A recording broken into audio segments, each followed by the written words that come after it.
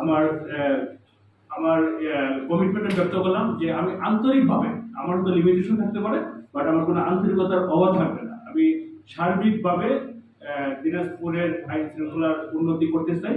এর একটা ধারাবাহিকতা থাকবে এবং উত্তরোত্তর এটা উন্নত হবে, এটা আমি আশাবাদ ব্যক্ত করি। আমার আমার নিজের ব্যক্তিগত কিছু চাওয়া পাওয়া আপনাদের প্রতি, সেটা হচ্ছে আমি পরিবেশ অপরাধ নিয়ে একটি কাজ করতে চাই। যেমন আমি আমি আসার আগে আমি যেটা বন্ধ করেছি, কোনো ফুলের তোড়া দ্বারা আমাকে রিসিপশন হবে না, এটা আমি হতে দিইনি।